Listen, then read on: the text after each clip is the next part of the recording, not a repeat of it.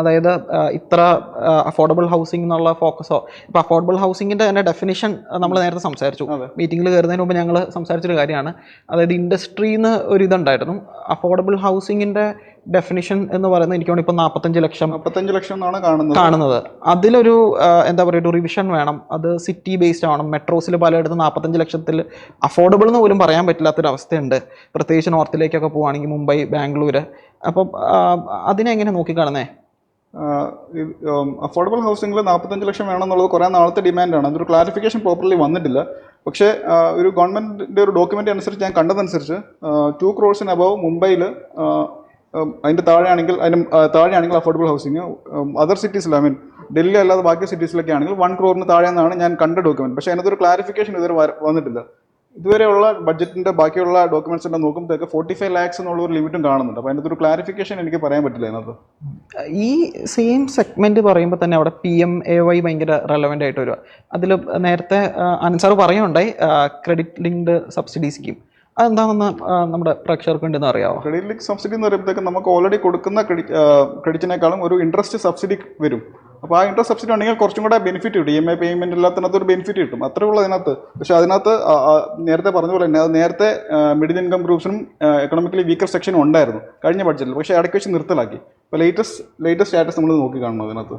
Sure. അതിൻ്റെ take എന്താ? കോളോയുടെ ഭാഗത്തു നിന്നുള്ളൊരു ടേക്ക് എങ്ങനെ, PMAY കുറിച്ചുള്ളൊരു? അല്ല, PMAY അതായത് ഈ പറഞ്ഞ പോലെ ഇന്ത്യക്ക് ഓവറോൾ പോപ്പുലേഷനെ സപ്പോർട്ട് ചെയ്യാനും അപ്ഗ്രേഡ് ചെയ്യാനും അവർക്ക് ബേസിക്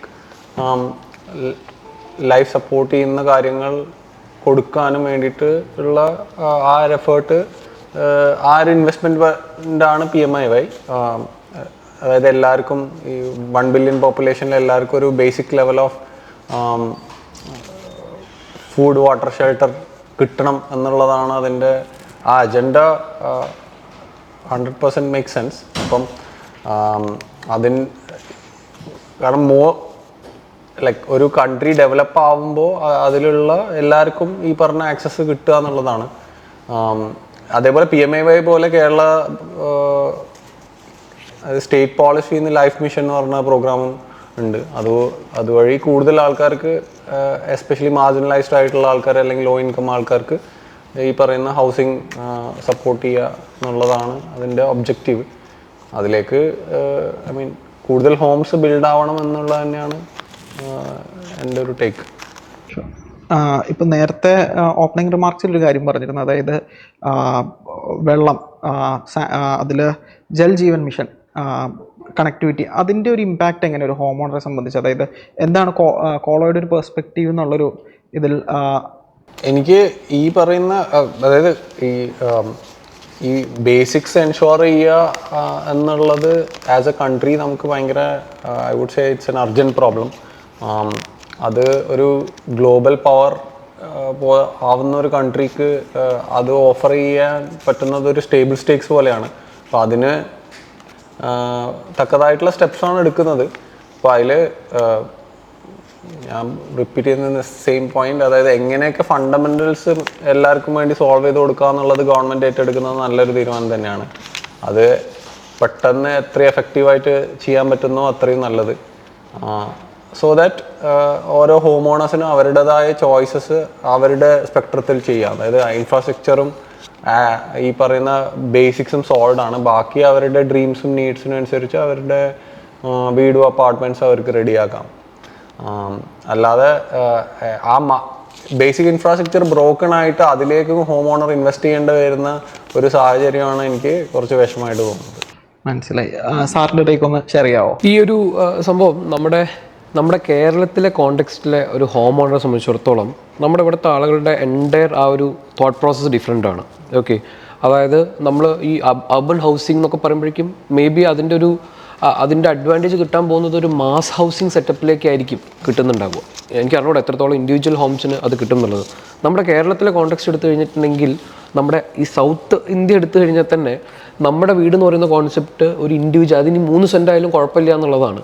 ഓക്കെ, ഒരു പ്രൊഫഷണലി റിലേറ്റഡ് ആയിട്ടുള്ള ആളുകളായിരിക്കും ഒരു പക്ഷേ അപ്പാർട്ട്മെൻറ്റ് എന്ന് പറയുന്നൊരു സാധനം, അല്ലെങ്കിൽ അപ്പാർട്ട്മെൻറ്റ് എന്ന് പറയുന്നത്, അല്ലെങ്കിൽ ഇത്തരത്തിലൊരു വില്ല ഓൺ ചെയ്യുക എന്നൊക്കെ പറയുന്നത് ഒരു കമ്മ്യൂണിറ്റിക്ക് ഒരു സെക്കൻഡ് ഹോം ആയിട്ടേ പറ്റൂ.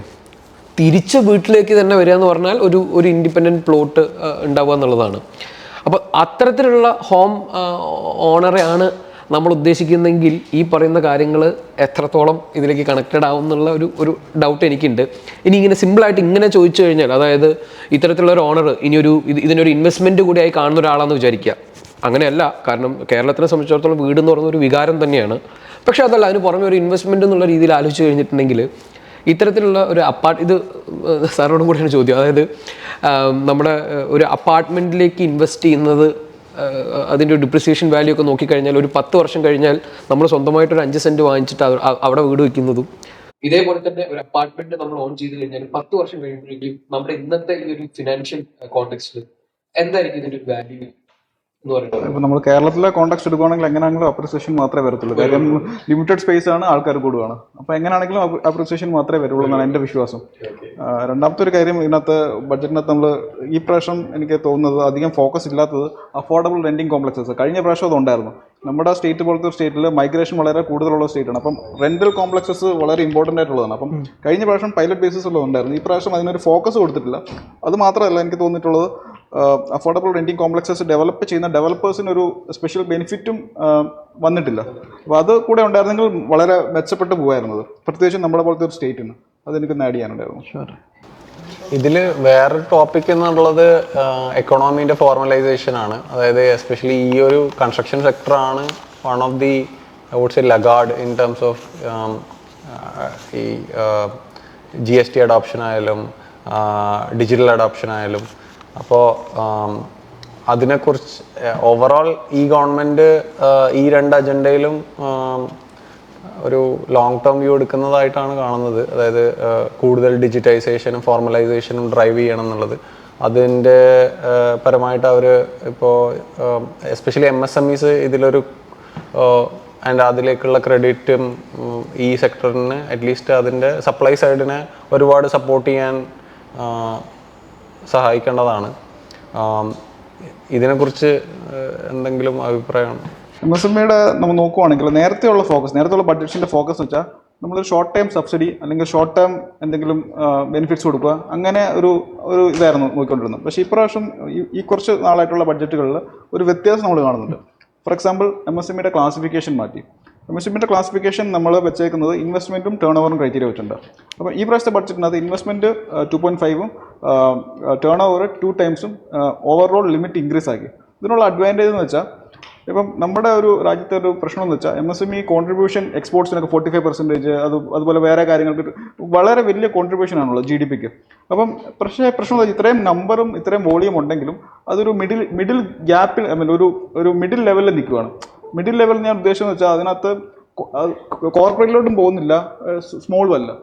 ഇത് പ്രശ്നം എന്ന് വെച്ചാൽ ഇതിപ്പം MSME മാറി കോർപ്പറേറ്റിലോട്ട് ആവുകയാണെങ്കിൽ അവർക്ക് കുറേ ബെനിഫിറ്റ്സ് നഷ്ടമാകും. അപ്പോൾ അതുകൊണ്ട് തന്നെ ഇവരെല്ലാം സ്റ്റക്കായി കിടക്കുകയാണ്. അപ്പോൾ ഈ ഒരു സംഭവം മാറ്റാൻ വേണ്ടിയാണ് ഇപ്പോൾ ക്ലാസിഫിക്കേഷൻ ഇൻക്രീസ് ചെയ്തത്. അപ്പം അവരുടെ ഇൻവെസ്റ്റ്മെൻറ്റും ടേൺ ഓവറിൻ്റെ എമൗണ്ട് ഇൻക്രീസ് ചെയ്യുന്നുണ്ട്. അവർക്ക് ഗ്രോ ചെയ്യാനുള്ള ഒരു ഇതാണ്. അപ്പോൾ അതൊരു ഫസ്റ്റ് ക്രൈറ്റീരിയ. രണ്ടാമതായിട്ട് കൊടുത്തിരിക്കുന്ന ക്രെഡിറ്റ്. MSMEക്ക് ക്രെഡിറ്റ് കിട്ടാൻ പണ്ട് മുതലേ ബുദ്ധിമുട്ടാണ്, നമുക്ക് എല്ലാവർക്കും അറിയാം. അപ്പം ക്രെഡിറ്റിൻ്റെ കാര്യത്തിൽ ക്രെഡിറ്റ് ഗ്യാരണ്ടി സ്കീം നമ്മൾ ക്രെഡിറ്റ് ഗ്യാരണ്ടി സ്കീമിൻ്റെ ലിമിറ്റ് നമ്മൾ ഇൻക്രീസ് ചെയ്തിട്ടുണ്ട്. അപ്പോൾ MSMEക്ക് ആണെങ്കിൽ 5 crores 10 crores ആക്കി. അതുപോലെ തന്നെ സ്റ്റാർട്ടപ്പിനാണെങ്കിൽ 10 crores 20 crores ആക്കി.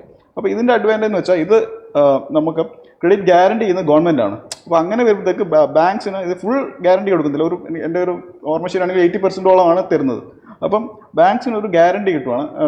ഈ MSME ഫെയിൽ ആവുകയാണെങ്കിൽ ഈ ഫണ്ട് പോകത്തില്ല. അപ്പം അങ്ങനെ ഒരു ഗ്യാരണ്ടി ഉള്ളതുകൊണ്ട് തന്നെ കൂടുതൽ ബാങ്ക്സ് ഇതിന് ഫണ്ട് കൊടുക്കാൻ റെഡിയാകുന്നുണ്ട്. ഈ 2 കാര്യങ്ങളുണ്ട്. പിന്നെ വേറൊരു കാര്യം നോക്കുകയാണെങ്കിൽ നമ്മുടെ പണ്ടത്തെ സ്റ്റാൻഡപ്പ് ഇന്ത്യയുടെ ഇതിൻ്റെ മുന്നോട്ട് പോകുന്ന രീതിയിലുള്ള ഒരു സ്കീം ഇപ്രാവശ്യം ഇൻട്രൊഡ്യൂസ് ചെയ്തിട്ടുണ്ട്. പുതിയ വുമൺ ഓണ്ടർപ്രനേഴ്സ്, SC ST അതുപോലത്തെ ആൾക്കാർക്ക് 2 കോടി വരെ ടേം ലോൺ കൊടുക്കുന്നത്. സ്റ്റാൻഡപ്പ് ഇന്ത്യ ഓൾമോസ്റ്റ് ഇത് തന്നെയായിരുന്നു, 10 lakhs തൊട്ട് 1 crore വരെ. പക്ഷേ ഇതൊരു അഡ്വാൻസ്ഡ് ആയിട്ടുള്ള 2 crores വരെ കൊടുക്കുന്നുണ്ട്. അതുപോലെ തന്നെ നമ്മൾ മൈക്രോ എൻ്റർപ്രനേഴ്സിന് ക്രെഡിറ്റ് കാർഡ് കൊടുക്കുന്നുണ്ട്. അത് 5 lakhs ആണെന്ന് തോന്നുന്നു. 5 lakhs വരെ 10 ലക്ഷം പേർക്ക് കൊടുക്കുന്നുണ്ട്. അപ്പോൾ ഇങ്ങനെ നോക്കുവാണെങ്കിൽ ക്രെഡിറ്റ് ഫിനാൻഷ്യൽ ഇൻക്ലൂഷൻ നമ്മൾ MSME എൻ്റർപ്രനേഴ്സിൻ്റെ ഇൻക്രീസ് ചെയ്യുന്നുണ്ട്. ഈ ഫിനാൻഷ്യൽ ഇൻക്ലൂഷൻ ഇൻക്രീസ് ചെയ്യുന്നതുകൊണ്ട് എന്തോ അഡ്വാൻറ്റേജ് എന്ന് വെച്ചാൽ ഇവരെല്ലാം ഫോർമൽ ബാങ്കിങ്ങിലോട്ട് വരുവാണ്. അപ്പം നമ്മുടെ കേരളത്തിൽ അത് അധികം പ്രശ്നമില്ലായിരുന്നു. പക്ഷേ നമ്മൾ കേരളത്തിന് വെളിയിലോട്ട് പോകുകയാണെങ്കിൽ ഈ ഫോർമലൈസേഷൻ വളരെ ഇമ്പോർട്ടൻ്റ് ആണ്. അപ്പോൾ ഇവരെല്ലാം ഫോർമൽ സെക്ടറിലോട്ട് വരുന്നുണ്ട്. അഡ്വാൻറ്റേജ് എന്ന് വെച്ചാൽ ഇവർക്കെല്ലാം ഒരു ക്രെഡിറ്റ് ഹിസ്റ്ററി ഉണ്ടാവുകയാണ്. ക്രെഡിറ്റ് ഹിസ്റ്ററി ഉണ്ടാകുമ്പോഴത്തേക്ക് അവർക്ക് പിന്നെ ബാങ്ക് ലോണും അതുപോലത്തെ എല്ലാ സാധനങ്ങളും കിട്ടും. ഇതുപോലെ തന്നെ ഈ പ്രാവശ്യം പുതുതായിട്ട് ഇറക്കിയേക്കുന്ന ഒരു സംഭവമാണ് ഗ്രാമീൺ ക്രെഡിറ്റ് സ്കോർ. അത് ഇതുവരെ ഇല്ലാത്ത ഒരു ഇന്നോവേറ്റീവ് ആയിട്ടുള്ള ഒരു സംഭവമാണ്. പണ്ട് മുതലേ നമുക്ക് എല്ലാവർക്കും അറിയാവുന്ന ഒരു കാര്യമാണ് ഈ നമ്മുടെ ഇപ്പോഴത്തെ ക്രെഡിറ്റ് എങ്ങനെ എടുക്കുന്നത്, ക്രെഡിറ്റ് ഹിസ്റ്ററി നോക്കുന്നത്. നമുക്കൊരു ക്രെഡിറ്റ് ഹിസ്റ്ററി നോക്കുക. നമ്മുടെ ലെവലിലുള്ള ക്രെഡിറ്റ് ഹിസ്റ്ററി അല്ല റൂറൽ ലെവലിലുള്ളത്. റൂറൽ ലെവലിൽ അവർക്ക് ബാക്ക്ഗ്രൗണ്ട് ട്രാൻസാക്ഷൻ ഇല്ല, അങ്ങനെ പല കാര്യങ്ങളില്ല. അപ്പം ഈ ഗ്രാമീൺ ക്രെഡിറ്റ് സ്കോർ കൊണ്ട് അഡ്വാൻറ്റേജ് എന്ന് വെച്ചാൽ അവരുടെ, ഞാൻ വായിച്ചതനുസരിച്ച് എംപ്ലോയ്മെൻറ്റ്, അവരുടെ യൂട്ടിലിറ്റി ബിൽ പേയ്മെൻറ്റ്സ്, അങ്ങനത്തെ ഉള്ള കാര്യങ്ങളാണ് എടുക്കുന്നത്. എന്ന് വെച്ചാൽ ഒരു റൂറൽ ലെവലിൽ അവർ എന്തൊക്കെയാണോ പേ ചെയ്യുന്നത് അതിനനുസരിച്ചുള്ള ഒരു ക്രെഡിറ്റ് ആണ് ഉണ്ടാക്കുന്നത്, സ്കോറാണ് ഉണ്ടാക്കുന്നത്. അതനുസരിച്ച് ബാങ്കുകൾ ലോൺ കൊടുക്കാൻ നടക്കുന്നു. അപ്പോൾ ഈ പ്രാവശ്യത്തെ ബഡ്ജറ്റിനകത്ത് ക്യാപിറ്റൽ എക്സ്പെൻഡിച്ചർ പോലെ തന്നെ ഏറ്റവും ഞാൻ ആദ്യം പറഞ്ഞ പോലെ തന്നെ ഒരു പില്ലറാണ് MSME ഗ്രോത്ത് വളരെയധികം ഉണ്ടാകാൻ ചാൻസ് ഉള്ള ഒരു ലോങ് ടൈം ഗ്രോത്തിന് പറ്റിയ ഒരു ബഡ്ജറ്റാണ് ഈ പ്രാവശ്യം എനിക്ക് തോന്നിയിട്ടുള്ളത്. റൈറ്റ്. അപ്പോൾ ഇതിനകത്ത് MSMEസിൻ്റെ എസ്പെഷ്യലി എനിക്ക് ഒരു വർക്കിംഗ് ക്യാപിറ്റൽ ഒരു മേജർ ഹോം ഓണറിനെ ഇമ്പാക്റ്റ് ചെയ്യുന്ന ഒരു മേജർ സംഭവമായിട്ടാണ് തോന്നിയിട്ടുള്ളത്.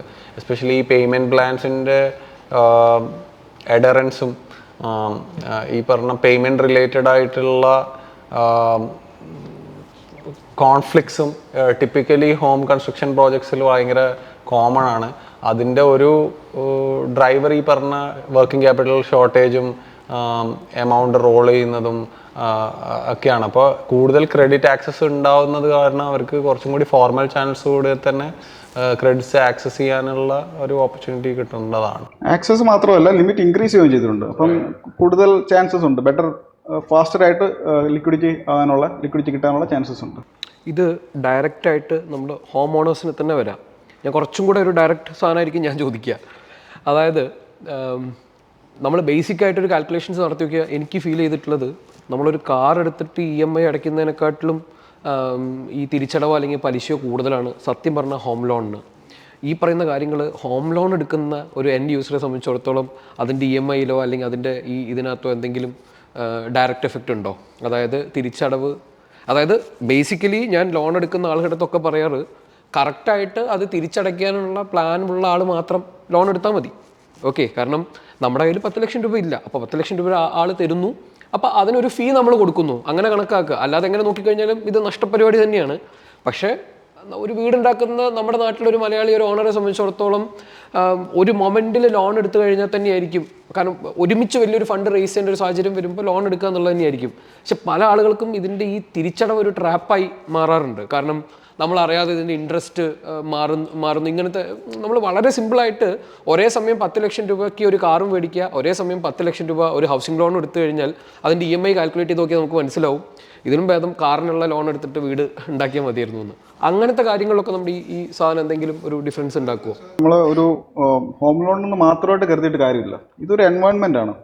MSMEക്ക് നമ്മൾ സപ്പോർട്ട് ചെയ്യുമ്പോഴത്തേക്ക് MSME എന്നുള്ള പല ഹോം ലോണിനെ, ഹൗസിങ്ങിനെ, കൺസ്ട്രക്ഷനെ ബാധിക്കുന്ന പല ഇൻഡസ്ട്രീസ് ഉണ്ട്. അപ്പോൾ ആ ഇൻഡസ്ട്രീസ് എല്ലാം ഡെവലപ്പ് ആവണം. ഇൻഡസ്ട്രീസ് ഡെവലപ്പ് ആകുമ്പോൾ എന്താ ചെയ്യുന്നത്, അതിൻ്റെ പല ഇന്നോവേറ്റീവ് പ്രൊഡക്ട്സ് വരും, പ്രൊഡക്ട്സിൽ കോമ്പറ്റീഷൻ കൂടുമ്പോഴത്തേക്ക് പ്രൈസ് കുറയും. അപ്പോൾ അങ്ങനെ ഓവറോൾ ഒരു ഗ്രോത്ത് ആണ് ഉദ്ദേശിക്കുന്നത്. അല്ലാതെ ഡയറക്റ്റായിട്ട് നമ്മൾ ഹോം ലോൺ ഇൻട്രസ്റ്റ് റേറ്റിനെ ബാധിക്കത്തില്ല. സോ ഒരു ലോങ് ടേം ഇൻവെസ്റ്റ്മെൻറ്റ് എന്ന രീതിയിൽ മാത്രമേ കരുതാൻ പറ്റത്തുള്ളൂ. ഇപ്പം ഇതിൽ ഡയറക്റ്റായിട്ട് ഇമ്പാക്റ്റ് ഉള്ളത് ഈ പറഞ്ഞ 2-3 ലൈക്ക് ടാക്സ് റേറ്റ്സിലുള്ള ഡിഫറൻസും ഈ ക്രെഡിറ്റ് ലിങ്ക്ഡ് സ്കീം PMI വഴിന്ന് വരുന്ന എമൗണ്ടും പിന്നെ ഈ പറഞ്ഞ കസ്റ്റംസ് ഡ്യൂട്ടിയിലുള്ള ഡിഫറൻസസും അത് മാത്രമാണ് നമുക്ക് ഡയറക്റ്റായിട്ട് ഒരു കോസ്റ്റ് ചേഞ്ച് ആയിട്ട് ഈ പറഞ്ഞ കോമ്പറ്റീഷൻ പ്രൈസ് ഇതിന് നല്ല രീതിയിൽ എഫക്റ്റ് ചെയ്യും. കാരണം കോമ്പറ്റീഷൻസ് ഇല്ലാതെ വരുമ്പോഴാണ് ഈ പ്രൈസിങ്ങിന് ഒരാളും കൺട്രോൾ ചെയ്യാനില്ലാത്ത സാഹചര്യം വരുന്നത്. നമ്മൾ ഈ ജിയോ ഒക്കെ വന്നതുപോലെ ഇതങ്ങ് കൊടുക്കാൻ തുടങ്ങിക്കഴിഞ്ഞിട്ടുണ്ടെങ്കിൽ, ഞാൻ ഒരു എക്സാമ്പിൾ പറഞ്ഞായിരുന്നു, ഇന്നത്തെ ഒരു കോണ്ടെക്സ്റ്റിൽ നമ്മൾ കേരളത്തിലെ ഇൻറ്റീരിയർ സെക്ടർ എടുത്തു കഴിഞ്ഞിട്ടുണ്ടെങ്കിൽ കോസ്റ്റ് കുറച്ച് കൊടുക്കാനാണ് കോമ്പറ്റീഷൻ. ഞാൻ 10 ലക്ഷം രൂപയ്ക്ക് ഒരു സാധനം ചെയ്യാമെന്ന് പറഞ്ഞാൽ ഉടനെ അടുത്ത ആൾ വരും ഞാനത് 8 ലക്ഷം രൂപയ്ക്ക് ചെയ്യാമെന്ന് പറഞ്ഞിട്ട്. അപ്പോൾ അവിടെ കോംപ്രമൈസ്ഡ് ആവുന്നത് ക്വാളിറ്റി എന്നുള്ള കാര്യത്തിൽ ക്ലൈൻ്റ് ഒഴികെ അല്ലെങ്കിൽ ഓണർ എന്ന് പറഞ്ഞ ആൾ ഒഴികെ ബാക്കി എല്ലാവർക്കും അറിയാം ക്വാളിറ്റി കോംപ്രമൈസ് ചെയ്താണ് അവിടെ ഒരു എല്ലാവരും അങ്ങനെ ചെയ്യുന്നു എന്നല്ല. അപ്പോൾ പക്ഷേ അതെന്തുകൊണ്ടാണെന്ന് വെച്ചാൽ അത്രയധികം ഇൻറ്റീരിയർ ആൻഡ് ബിൽഡേഴ്സ് അല്ലെങ്കിൽ ഇൻറ്റീരിയർ എന്ന് പറഞ്ഞാൽ ആ വെൻഡേഴ്സ് അത്ര അധികം വന്നതുകൊണ്ട് ആ കോമ്പറ്റീഷൻ വന്നു, ആ കോസ്റ്റ് നല്ല. അപ്പോൾ അത് ആക്ച്വലി ഇത് ബെനിഫിറ്റ് ചെയ്യുന്നത് ആരെയാണ്? ഈ പറയുന്ന ഹോം ഓണർ തന്നെയാണ്. മേ ബി ഹോം ഓണറെ സംബന്ധിച്ചിടത്തോളം ഒരു 5 വർഷം 10 വർഷത്തേക്ക് ആ പെർട്ടിക്കുലർ സാധനം കിട്ടിയാൽ മതി എന്നാണെങ്കിൽ അത് നല്ലൊരു ടേക്കാണ്. പക്ഷെ അപ്പം ഞാൻ ചോദിക്കുന്ന അവിടെ ക്വാളിറ്റി കോംപ്രമൈസ് ആവുമെന്ന് പറഞ്ഞു. അതിൻ്റെ ഒരു ഇതെങ്ങനെയാണ്? അതായത് ഭയങ്കരമായിട്ടുള്ള കോമ്പറ്റീഷൻ ഉണ്ട് മാർക്കറ്റിൽ. ഇപ്പോൾ ഫോർ എക്സാമ്പിൾ ആരും കൺട്രോൾ ചെയ്യാത്തൊരു അവസ്ഥയാണെങ്കിൽ പ്രൈസിങ്ങിൽ ഒരു ക്യാപ്പ് ഉണ്ടാവില്ല. അപ്പം ഇതുപോലത്തെ ഒരു എന്താ പറയുക, MSME ഇതിനുള്ളൊരു ബൂസ്റ്റ്, ക്രെഡിറ്റിൻ്റെ അവൈലബിലിറ്റി, ഗ്യാരണ്ടി കൂട്ടുന്നു. അത് കൂടുതൽ എന്താ പറയുക, ഹോം ഓണേഴ്സിലേക്ക് തന്നെയാണ് അത് വരാൻ പോകുന്നത്. ഇപ്പം നേരത്തെ പറഞ്ഞ പോലെ, ജെറി പറഞ്ഞ പോലെ വർക്കിംഗ് ക്യാപിറ്റലിലേക്ക് അത് ആഡ് ചെയ്ത് വരുന്നു. അപ്പോൾ അതിൻ്റെ ഒരു പ്രോസ് ആൻഡ് കോൺസ് എന്നുള്ള രീതിയിലൊന്ന് ലിസ്റ്റ് ചെയ്യാൻ പറ്റുമോ? അതായത് ഷിനൂപ് സാറ് കാണുന്ന സംഭവം, അതായത് അല്ലെങ്കിൽ കണ്ടിട്ടുള്ള ഒരു എക്സാമ്പിളെങ്കിലും വെച്ചിട്ട്. ഏറ്റവും സിമ്പിളായിട്ട് നമുക്ക് ആളുകൾക്ക് റിലേറ്റ് ചെയ്യാൻ പറ്റുന്ന ഒരു സാധനം എടുക്കാം. നമ്മൾ കൺസ്ട്രക്ഷനിലേക്ക് പോയി കഴിഞ്ഞാൽ എല്ലാ കാര്യങ്ങളും ഭയങ്കര ട്രാൻസ്പെറൻറ്റാണ്. കാരണം കല്ല്, സിമെൻറ്റ്, കമ്പി, ഇതാണല്ലോ ബേസിക്കലി ഇതിനകത്ത് വരാൻ പോകുന്നത്. കല്ലിൻ്റെ പ്രൈസ് നമുക്ക് ഭയങ്കര, അത് മേ ബി അത് സോഴ്സ് ചെയ്യുന്ന പോയിന്റിൽ നിന്ന് നമ്മുടെ ഡെസ്റ്റിനേഷനിലേക്ക് ഡിസ്റ്റൻസ് കൂടുകയാണെങ്കിൽ ഓക്കെ, ആ ട്രാൻസ്പോർട്ടേഷൻ്റെ ഒരു കോസ്റ്റ് വരും. ഇല്ലയെന്നുണ്ടെങ്കിൽ ആർക്കും അറിയാം ഈ ഒരു സിമെൻറ്റ് ബ്ലോക്കിന് ഇത്ര രൂപയാണ്, അല്ലെങ്കിൽ സിമെൻറ്റ് ചാക്കിന് ഇത്ര രൂപയാണ്. അതിനകത്തൊരു പരിധിക്കധികം നമുക്ക് കോസ്റ്റ് കൂട്ടി ചെയ്യാൻ പറ്റില്ല. നിങ്ങൾ ഇൻറ്റീരിയറിലേക്ക് വന്നു കഴിഞ്ഞാൽ ഇങ്ങനൊരു സ്റ്റാൻഡേർഡ് ഇല്ല. നിങ്ങൾ ബേസിക് മെറ്റീരിയൽ എന്ന് പറഞ്ഞാൽ നമുക്ക് ഒത്തിരി മെറ്റീരിയലുകളുണ്ട്. പ്ലൈവുഡ് എല്ലാവർക്കും അറിയുന്ന ഒരു മെറ്റീരിയലാണ്. പ്ലൈവുഡിനെ കുറച്ചുകൂടെ ഇൻറ്റീരിയർ ഒക്കെ ചെയ്യുന്ന സ്റ്റേജിലേക്ക് എത്തിയാൽ ക്ലയൻറ്റ് ഇതിനെക്കുറിച്ചൊക്കെ പഠിക്കും. ഓക്കെ, അപ്പം മനസ്സിലാക്കും ഈ 710 ഗ്രേഡാണ് ഇതിനകത്തെ എന്താ പറയുന്ന ഒരു മറൈൻ ഗ്രേഡ് എന്ന് പറയുന്ന സാധനം. ഈ 710 എന്ന് പറഞ്ഞ സ്റ്റിക്കർ ഒട്ടിച്ചിട്ട് നിങ്ങൾക്ക് 2000 രൂപയ്ക്ക് പ്ലൈവുഡ് കിട്ടും, 6500 രൂപ 7000 രൂപയ്ക്കും പ്ലൈവുഡ് കിട്ടും.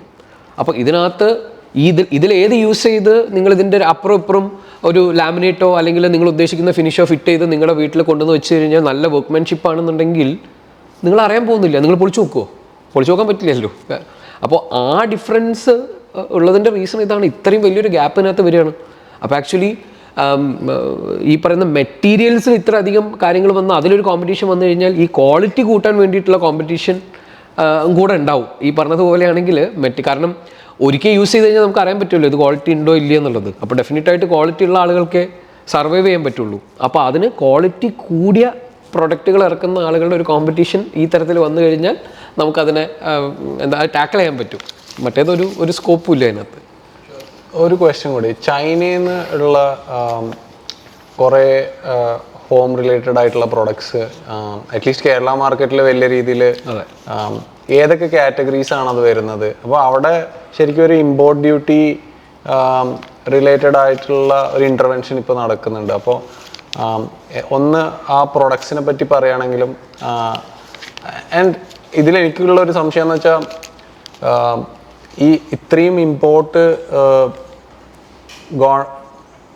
ഈ ബിൽഡിംഗ് മെറ്റീരിയൽസ് നമ്മൾ ചെയ്യുമ്പോൾ എന്തിനാണ് ഗവൺമെൻറ് ഇന്ന് ആ പ്രൊഡക്ട്സിൻ്റെ ഇമ്പോർട്ട് ഡ്യൂട്ടി കുറച്ചത് ഇൻസ്റ്റെഡ് ഓഫ് ഇവിടെ കൂടുതൽ മാനുഫാക്ചറിങ് കൂട്ടുന്നതിന് എൻകറേജ് ചെയ്യുന്നതിന് പകരം? അതിനെക്കുറിച്ച് എന്തെങ്കിലും പറയാനുണ്ടോ? എക്കണോമിക്സ് ലെവലിൽ നോക്കുവാണെങ്കിൽ എനിക്ക് മനസ്സിലായിട്ടുള്ള കുറച്ച് നാളായിട്ട് നമ്മുടെ ഡ്യൂട്ടീസ് റാഷണലൈസ് ചെയ്യണമെന്നുള്ളൊരു കാര്യം ഗവൺമെൻറ് മുന്നോട്ട് വെക്കുന്നുണ്ട്. അപ്പോൾ അതിൻ്റെ ഭാഗമായിട്ട് ആണ് ഒരു കാര്യമായിട്ട് എനിക്ക് തോന്നിയിട്ടുള്ളത്. രണ്ടാമതായിട്ട് എനിക്ക് തോന്നിയിട്ടുള്ളത്, ഇപ്പം US പ്രസിഡന്റ് ട്രംപിൻ്റെ ഒരു എഫക്റ്റ് ഉണ്ടെന്ന് എനിക്കൊരു ചെറിയൊരു വിശ്വാസമുണ്ട്. ഫുള്ളായിട്ട് പറയാൻ പറ്റില്ല. പക്ഷേ എന്താണെന്ന് വെച്ചാൽ പുള്ളി കുറേ ത്രെഡ്സ് വരുന്നുണ്ട്. 100% ടാരിഫ് ഡ്യൂട്ടി ഇമ്പോസ് ചെയ്യും. മെയിൻലി ചൈനക്കെതിരെയാണ്, പക്ഷേ അതിനകത്ത് ഇന്ത്യൻ ഫാക്ടർ ആവുന്നുണ്ട്.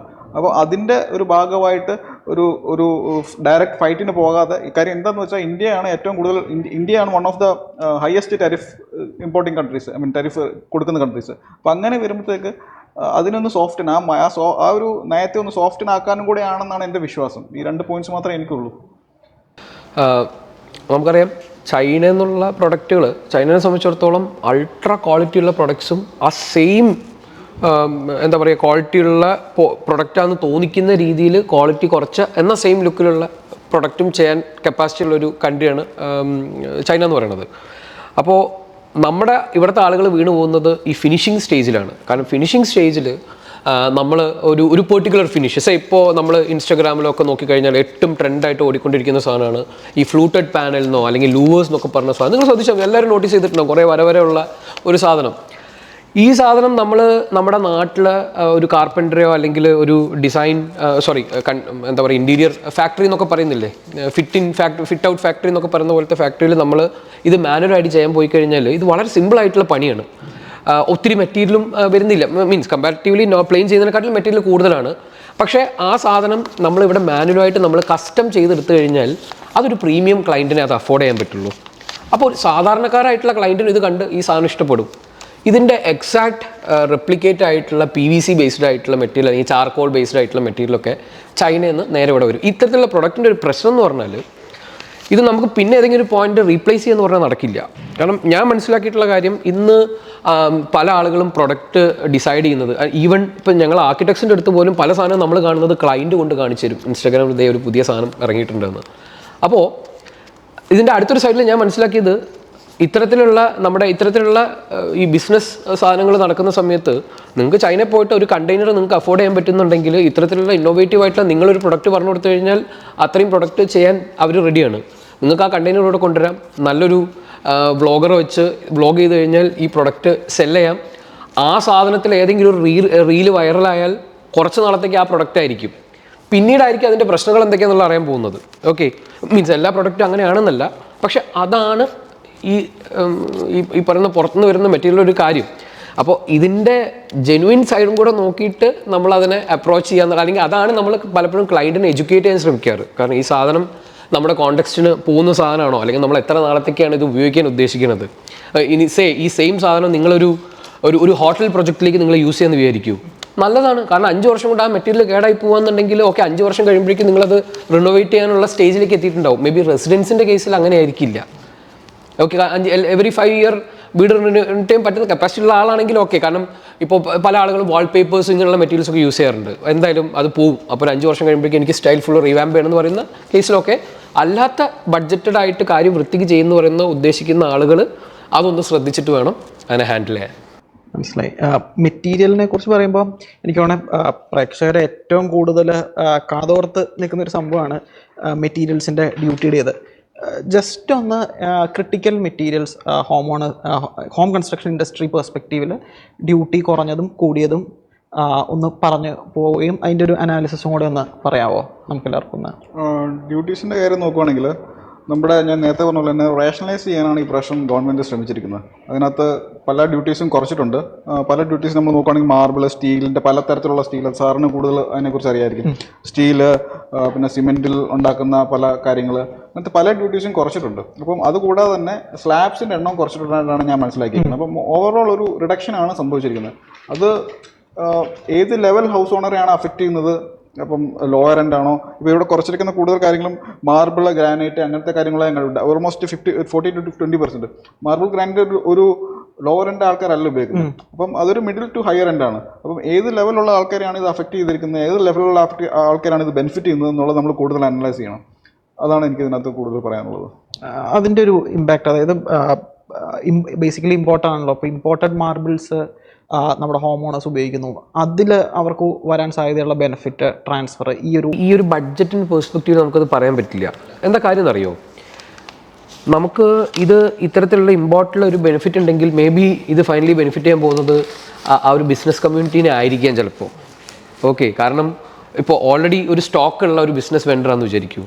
ഇത് കോസ്റ്റ് കുറഞ്ഞു എന്ന് പറഞ്ഞിട്ട് അവർ ഓൾറെഡി ഇറക്കി വെച്ചിട്ടുള്ള പ്രൊഡക്റ്റ് ലോസ് ആയിട്ട് സെല് ചെയ്യാൻ പറ്റില്ല. അഗെയിൻ ഈ പറഞ്ഞ എന്താ പറയുക 20%, 40% ഒക്കെയാണ്, അപ് ടു 40% റെഡ്യൂസ് ചെയ്തെന്ന് പറഞ്ഞിട്ടുണ്ട്. അപ്പോൾ ഒരു കോമ്പറ്റീഷൻ വന്നു കഴിഞ്ഞാൽ അത് സെല് ചെയ്യാൻ വേണ്ടി മാത്രമേ ആ ഒരു ബിസിനസ് വെണ്ടർ കോസ്റ്റ് കുറയ്ക്കുള്ളൂ എന്നാണ് ഞാൻ വിശ്വസിക്കുന്നത്. ഇല്ലയെന്നുണ്ടെങ്കിൽ ആ ബെനിഫിറ്റ് കിട്ടാൻ പോകുന്നത് ആ വെണ്ടർക്ക് മാത്രമാണ്. ഓക്കെ, എല്ലാവരുടെ കയ്യിലും ഈ സാധനം, അതായത് ഈ പറയുന്ന കോസ്റ്റ് കുറഞ്ഞ എല്ലാവരുടെ കയ്യിൽ ഈ കോസ്റ്റ് വന്നു കഴിഞ്ഞിട്ടുണ്ടെങ്കിൽ ഒരു കോമ്പറ്റീഷൻ വരും. കാരണം ഇത് സെല് ചെയ്യേണ്ട പ്രൊഡക്റ്റ് സെല് ചെയ്യാൻ അറ്റ്ലീസ്റ്റ് ഒരു ഓഫറെങ്കിലും വെക്കും. ഒരു ഗ്രാനൈറ്റ് എടുത്താൽ ഒരു ഗ്രാനൈറ്റ് ഫ്രീ എന്നൊക്കെ പറഞ്ഞ് ഞാൻ പറയുകയാണ്. അങ്ങനെ ഇതൊരു എൻഡ് യൂസർക്ക് യൂസ്ഫുൾ ആകാൻ പോകുന്നുള്ളൂ. അല്ലെങ്കിൽ അത് എൻഡ് യൂസറിലേക്ക് എത്താനുള്ള സാഹചര്യം ഇല്ല എന്നുള്ളത് തന്നെയാണ് ഞാൻ വിചാരിക്കുന്നത്. കാരണം ഒരു ബഡ്ജറ്റിൽ അത് കുറഞ്ഞു എന്ന് വിചാരിച്ചിട്ട് അത് ഒരിക്കലും നമ്മൾ ഡിസ്കസ് ചെയ്യുന്ന ഒരു പെർസ്പെക്റ്റീവ് ഞാൻ ഒരു ഇൻഡിവിജ്വൽ ഹോം ഓണർ നോക്കിക്കഴിഞ്ഞാൽ അത് എത്രത്തോളം കിട്ടും എന്നുള്ളത് അത് ഇവോൾവ് ചെയ്ത് വരണം.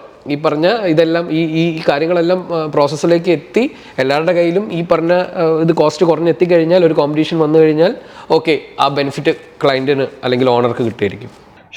പക്ഷെ അവിടെയുള്ള മറ്റൊരു കാര്യം എന്ന് പറഞ്ഞാൽ ഇപ്പോൾ ഡ്യൂട്ടി കൂട്ടിയിട്ടുണ്ട് നിറ്റഡ് ഫാബ്രിക്സ്. അതിൽ ഞാൻ മനസ്സിലാക്കുന്ന കാര്യം, പ്രഥമ ദൃഷ്ടിയ ഞാൻ മനസ്സിലാക്കുന്ന കാര്യം, ഇത് ചൈനയുടെ ഇമ്പോർട്ട്സ് കർബ് ചെയ്യാൻ വേണ്ടിയിട്ടാണ്. അതായത് നമ്മുടെ ലോക്കൽ ഓൺട്രപ്രണേഴ്സ് ടെക്സ്റ്റൈൽ ഇതിൽ അവരെ ബുദ്ധിമുട്ടിക്കുന്ന രീതിയിലുള്ള ഇമ്പോർട്ട്സ് ഇത് ചെയ്യാൻ വേണ്ടി. പ്രത്യേകിച്ച് നിറ്റഡ് ഫാബ്രിക്സ് ഞാൻ മനസ്സിലാക്കുന്നത് ഇൻറ്റീരിയറിൽ, പ്രത്യേകിച്ച് നമ്മളിരിക്കുന്ന സോഫ കാര്യങ്ങൾ എല്ലാത്തിലും നല്ല രീതിയിൽ ഇമ്പാക്റ്റ് ഉണ്ട്. ഇപ്പം ഗവൺമെൻറ് ഈ ബഡ്ജറ്റിൽ തന്നെ ഒരു 5 ഇയർ കോട്ടൺ പ്രൊഡക്ഷൻ പ്ലാനിനെ കുറിച്ച്, അതിൻ്റെ അഗ്രികൾച്ചർ ഫാമിംഗ് ബെറ്റർ ആക്കാൻ വേണ്ടിയിട്ടും അതിൻ്റെ എന്താ പറയുക കൂടുതൽ അവൈലബിലിറ്റി ലഭ്യത നമ്മുടെ നാട്ടിൽ കൂട്ടുക, അതുവഴി ഒരു ഹിക്കപ്പ് വരാതിരിക്കുക, പ്രൊഡക്ഷൻ അതുപോലെ തന്നെ ടെക്സ്റ്റൈലിലേക്ക് അതിൻ്റെ ബെനിഫിറ്റ് പാസ് ചെയ്യുക. അപ്പം ഇതൊക്കെ എങ്ങനെയാണ് നോക്കിക്കാണുന്നത്? അതായത് ഒരു ടെക്സ്റ്റൈൽ ഇൻഡസ്ട്രി ഹോം കൺസ്ട്രക്ഷനിൽ നമ്മൾ ചിന്തിക്കുമ്പോൾ അതിൻ്റെ ഒരു ഇമ്പാക്റ്റ് ഏത് രീതിയിലാണ് സാറ് വിലയിരുത്തുന്നത്? സിമ്പിളായിട്ട് നമ്മൾ നോക്കിയാൽ മതി. നമ്മൾ ഒരു ടൈൽ ഷോപ്പിൽ പോവുക, അവിടെ ഹാൻഡ് മെയ്ഡ് ടൈൽ ഉണ്ടാവും, മെയ്ഡ് ഇൻ ഇന്ത്യ ആയിരിക്കും. അതിന് സ്ക്വയർ ഫീറ്റിന് 500 രൂപയായിരിക്കും. ചൈനയിൽ നിന്ന് ഇമ്പോർട്ട് ചെയ്തിട്ടുള്ള സിമിലർ ആയിട്ടുള്ള ഒരു ടൈല് കൂടെ ഇരിക്കുന്നുണ്ടാവും, അതിന് 50 രൂപയേ ഉണ്ടാവുള്ളൂ. നമ്മൾ ഒരു ബഡ്ജറ്റഡ് ആയിട്ടുള്ള ആൾ നമ്മളെ ഇന്ത്യൻ മാർക്കറ്റിനെ അല്ലെങ്കിൽ ഇവിടുത്തെ ആളുകളെ അങ്ങ് സഹായിച്ചേക്കാം എന്ന് പറഞ്ഞിട്ട് 500 രൂപയുടെ പ്രൊഡക്റ്റ് മേടിക്കുമോ, അല്ലെങ്കിൽ ചൈനയിൽ നിന്ന് കിട്ടുന്ന 50 രൂപയുടെ പ്രൊഡക്റ്റ് മേടിക്കുമോ? നമ്മൾ ഫാബ്രിക് എടുക്കാൻ പോയി കഴിഞ്ഞിട്ടുണ്ടെങ്കിൽ നമ്മുടെ നാട്ടിലുണ്ടാക്കുന്ന ടെക്സ്റ്റൈൽസിന് in terms of square metre നോക്കിക്കഴിഞ്ഞാൽ 250 രൂപയായിരിക്കും. ചൈനയിൽ നിന്ന് ഇമ്പോർട്ട് ചെയ്തിട്ടുള്ള പ്രൊഡക്റ്റിന് 50 രൂപയായിരിക്കും. നിങ്ങളൊരു ബഡ്ജറ്റ് കസ്റ്റമർ ആണെങ്കിൽ ഏതിലായിരിക്കും ഓപ്റ്റ് ചെയ്യുക? ഒബിയസ്ലി വില കുറഞ്ഞതിനെ അത്ര ഇനി ഇതിൽ സംഭവിക്കാൻ പോകുന്നു. പക്ഷെ അവിടെ എന്നാ ഒരു പ്രീമിയം കസ്റ്റമർ ആണെന്നിരിക്കട്ടെ, അവരതിനെ എങ്ങനെ നോക്കി കാണുന്നത്? അതായത് premium customer, definitely premium customer എന്ന് പറയുന്നത് അവരുടെ പേഴ്സ്പെക്റ്റീവ് ഡിഫറെൻ്റ് ആയിരിക്കും. ഓക്കെ, പല രീതിയിൽ ആയിരിക്കാം. അപ്പോൾ ആ ജെന്വിൻ മെറ്റീരിയൽ എടുക്കാം. ഞാൻ നേരത്തെ പറഞ്ഞതുപോലെ തന്നെ ഇപ്പോൾ ഒരു മഡ് ഹൗസ് ഉണ്ടാക്കുന്ന ഒരു കസ്റ്റമർ എന്ന്, ഇപ്പോൾ എൻ്റെ അടുത്ത് ഒരു മഡ് ഹൗസ് ഉണ്ടാക്കണമെന്ന് ഞാൻ ചെയ്യുന്നില്ല, പക്ഷെ ആ വരുന്ന ആൾ ഞാൻ നോക്കിയിടത്തോളം ഇവിടുത്തെ ഒരു സാധാരണക്കാരനായിട്ടുള്ള ആളല്ല മഡ് ഹൗസ് ഉണ്ടാക്കണം എന്ന് പറഞ്ഞ് വരുന്നത്. അൾട്രാ പ്രീമിയം ആയിട്ടുള്ള ഒരു ബെൻസിൽ വരുന്ന കസ്റ്റമർ ആയിരിക്കും എനിക്കൊരു മഡ് ഹൗസ് ചെയ്യണമെന്ന് പറഞ്ഞു വരുന്നത്. അതിനുള്ള റീസൺ എന്താ? കാരണം അവർക്ക് അത് അഫോർഡ് ചെയ്യാൻ പറ്റില്ല. അത് ഈ അഫോർഡബിലിറ്റിയാണ് ഇതിനകത്ത് ഏറ്റവും വലിയ പ്രശ്നം. അപ്പോൾ ഈ പറഞ്ഞതുപോലെ നമ്മൾ ഈ ചൈന പ്രൊഡക്ട്സ് വരുന്നത് മേ ബി കുറവാണെങ്കിൽ പിന്നെ ആ റേഞ്ച് മാറി. അതായത് ഇപ്പോൾ നമ്മളിപ്പോൾ പുറത്ത് പോയി കഴിഞ്ഞിട്ടുണ്ടെങ്കിൽ, ഞാൻ ട്രാവലൊക്കെ ചെയ്യുമ്പോൾ ഞാൻ മനസ്സിലാക്കിയിട്ടുള്ള കാര്യം, ഇതേപോലെ ഒരു ഷോപ്പിൽ വെള്ളക്കുപ്പി ഇരിക്കുന്നുണ്ടാവും, ഒരു ബിയർ ബോട്ടിൽ ഇരിക്കുന്നുണ്ടാവും. ബിയർ ബോട്ടിലിനെക്കാട്ടിലും പൈസ കൂടുതലായിരിക്കും വെള്ളത്തിന് പകരം നമുക്ക് ബിയർ വാങ്ങി കുടിക്കാൻ പറ്റില്ല. അപ്പോൾ നമ്മൾ ഫോഴ്സ്ഫുള്ളി കാശ് കൂടുതൽ കൊടുത്ത് ബിയർ മേടിച്ച് കുടിക്കും, വെള്ളം മേടിച്ച് കുടിക്കും. നമ്മുടെ ഇവിടെ 50 രൂപയ്ക്ക് പ്രൊഡക്റ്റ് അവൈലബിൾ ആണ്. അത് ഇട്ട് കഴിഞ്ഞാൽ അത്യാവശ്യം കുറച്ച് നാൾ അത് കുഴപ്പമില്ലാതെ പോകുന്നുണ്ട്. ബാങ്കിൽ നിന്ന് 20 ലക്ഷം ലോൺ എടുത്ത ആളെ സംബന്ധിച്ചിടത്തോളം 50 രൂപയ്ക്ക് ടൈൽ കിട്ടുമെങ്കിൽ അവരെ ബഡ്ജറ്റിനകത്ത് കാര്യങ്ങൾ ചെയ്ത് തീർക്കാൻ പറ്റും. അപ്പോൾ നമ്മുടെ ഇവിടുത്തെ പ്രൊഡക്റ്റിനെ പ്രൊമോട്ട് ചെയ്യുന്ന ഒരു അപ്രോച്ച് വന്നു കഴിഞ്ഞാൽ ഈ ബഡ്ജറ്റിൽ ഇതിലൊക്കെ വന്ന് ഈ പുറത്തുനിന്ന് ഇമ്പോർട്ട് ചെയ്യുന്ന സാധനങ്ങൾക്ക് കൂടുതൽ ഡ്യൂട്ടിയൊക്കെ വന്ന് ഒരു കമ്പയറബിൾ ആയിട്ടുള്ള ഒരു റേഞ്ചിൽ എത്തിക്കഴിഞ്ഞാൽ മാത്രമേ ബഡ്ജറ്റഡ് ആയിട്ടുള്ള ആളുകൾക്ക് ഇത് ചൂസ് ചെയ്യാൻ പറ്റൂ. കാരണം ഒരു ആർക്കിടെക്റ്റിൻ്റെ അടുത്ത് വരുന്ന ഒരു ക്ലയൻറ്റിനെ സംബന്ധിച്ചിടത്തോളം ഞാൻ പറയുന്ന പ്രൊഡക്റ്റ് ചൂസ് ചെയ്യണം എന്നുണ്ടെങ്കിൽ, ഓക്കെ, ആ ബഡ്ജറ്റിനെ കുറിച്ച് നോക്കാത്ത ഒരാളാണെങ്കിൽ എനിക്ക് ഇഷ്ടമുള്ളതൊക്കെ ചൂസ് ചെയ്യാം. കാരണം പുള്ളിയെ നോക്കുന്നില്ല, അങ്ങ് ചെയ്തോളും. നേരെ മറിച്ച് ഈ ബഡ്ജറ്റിൽ ചെയ്യണം എന്ന് പറഞ്ഞിട്ട് എൻ്റെ അടുത്ത് വരുന്ന ഒരാളാണെങ്കിൽ എനിക്ക് അതുകൂടെ കൺസിഡർ ചെയ്തിട്ട് എനിക്ക് അവർക്ക് അഡ്വൈസ് കൊടുക്കാൻ പറ്റുള്ളൂ. സാറിൻ്റെ വ്യൂവിനെ ഒന്ന് വിലയിരുത്താവോ? അതെ, അപ്പോൾ മോസ്റ്റ്ലി അഗ്രി ചെയ്യുന്നു. കസ്റ്റമർ വാല്യൂ പ്രൊപ്പോസിഷനിലേക്കാണ് റെസ്പോണ്ട് ചെയ്യുന്നത്. അതിൽ അവർ അഗെയിൻ ഈ ഡെൽറ്റ എത്രയാണെന്നുള്ളതും കൂടി ഒരു ക്വസ്റ്റ്യൻ ആണ്. ആൻഡ് അതിൻ്റെ മുകളിൽ ഇപ്പോൾ ചൈനയെ സംബന്ധിച്ചിടത്തോളം അവരുടെ ഓവറോൾ എബിലിറ്റി, അവർ ഫാക്ടറി ഓഫ് ദ വേൾഡ്. അപ്പം അവർക്ക് എല്ലാ ആസ്പെക്ട്സിലും ഡെലിവർ ചെയ്യാനുള്ള എബിലിറ്റി കമ്പയറബിൾ അല്ല. അത് അതിൻ്റെ ഡീറ്റെയിൽസ് ആയാലും ട്രെൻഡിങ് മെറ്റീരിയൽസ് ആയാലും അത് അവർ ഐഡൻറ്റിഫൈ ചെയ്യുന്നതും അത് സ്കെയിൽ പെട്ടെന്ന് കുറേ ജനറേറ്റ് ചെയ്യാൻ പറ്റുന്നതിലും അപ്പോൾ ആ രീതിയിൽ അവരുടെ കേപ്പബിലിറ്റീനെ നമുക്ക് അപ്രീഷിയേറ്റ് ചെയ്തേ പറ്റൂ. നൗ ഇത് മനസ്സിലാക്കി നമുക്ക് അറ്റ്ലീസ്റ്റ് ഇപ്പോൾ ഒരു ലോക്കൽ ഇക്കോണമീനെ സപ്പോർട്ട് ചെയ്യുക എന്നുള്ള പെർസ്പെക്റ്റീവ് എടുക്കുകയാണെങ്കിൽ ലോക്കൽ എക്കോണമിയിൽ എങ്ങനെ നമുക്ക് നമ്മുടെ സ്ട്രെങ്ത്സ് എന്താണ്, അതിനനുസരിച്ച് എന്ത് കാര്യം ചെയ്യാം, അതെങ്ങനെ നമുക്ക് കൂടുതൽ കസ്റ്റമറിലേക്ക് എഡ്യൂക്കേറ്റ് ചെയ്ത് കസ്റ്റമറിന് അതിനോടുള്ള പ്രിഫറൻസ് ഡ്രൈവ് ചെയ്യാം.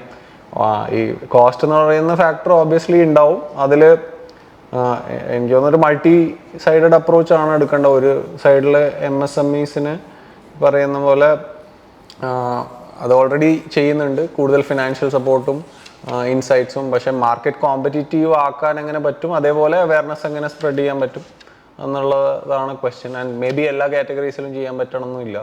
എനിക്ക് തോന്നുന്നു ടെക്സ്റ്റൈൽസ് ഒക്കെ ഇന്ത്യക്ക് കുറച്ച് സ്ട്രെങ്ത് ഉള്ള കാറ്റഗറിയാണ്. അതുകൊണ്ടും കൂടി ആയിരിക്കാം കുറേ കൂടി ആ സെക്ടറിന് സപ്പോർട്ട് ചെയ്യാൻ പറ്റുമോ എന്നുള്ളത് ഗവൺമെൻറ് നോക്കുന്നത്.